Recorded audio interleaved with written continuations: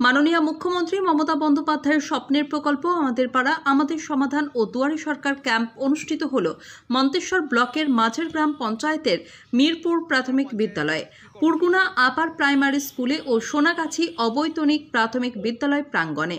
এই ক্যাম্প শুরু হয় বেলা 10টা থেকে বিকেল 4টে পর্যন্ত। প্রথম পর্যায়ে আমাদের পাড়া আমাদের সমাধান ক্যাম্প হওয়ার পর দুয়ারে সরকার ক্যাম্প শুরু হয়। দুয়ারে সরকারের ক্যাম্পে বেশ কয়েকটি গুরুত্বপূর্ণ প্রকল্পের পরিষেবা দেওয়া হয় সাধারণ মানুষদের। এই সকল পরিষেবায় উপভোক্তাদের ভিড় ছিল চোখে পড়ার মতো।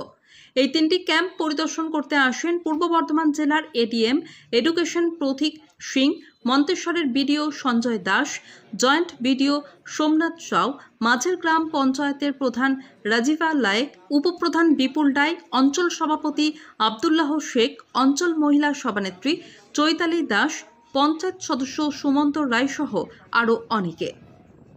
কমল বড়ার রিপোর্ট, MBS নিউজ।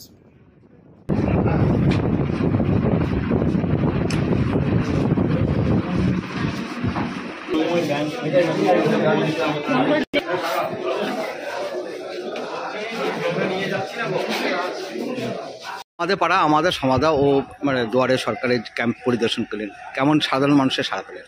হ্যাঁ, এটা তো আমাদের অনেক দিন ধরেই প্রোগ্রাম চলছে, তো সববারের মতো এবারেও আজকের ক্যাম্পেও সাধারণ মানুষের যথেষ্ট উপস্থিতি ছিল, সবাই ঘুরে করে এসেছিলেন। এখানে অভিযোগ এসেছে কিছু? না, সেরকম কোনো অভিযোগ আসেনি। যথাযথ ব্যবস্থা আছে। প্রত্যেক মানুষের যে অভাব অভিযোগ থাকে সাধারণ যে কারণ যেটাই এই প্রকল্পের উদ্দেশ্য সেটা খুব সুন্দরভাবে এখানে হচ্ছে।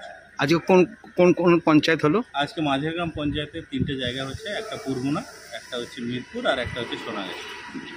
কেমন দেখলেন 3টে জায়গাতে? পঞ্চায়েতে নির্দিষ্ট নিয়ম মেনে ওনাদের অনুষ্ঠানগুলো হয়েছে, প্রচুর লোকের ভিড় এবং সেখানে বিভিন্ন ধরনের স্কিমও জমা পড়েছে।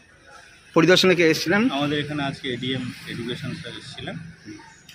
উনি কেমন বললেন? আমি বিডিও স্যার আমরা এসেছিলেন, ওনারা সমস্ত কিছু দেখলেন, সব ঠিকঠাকই হচ্ছে। Thank you sir.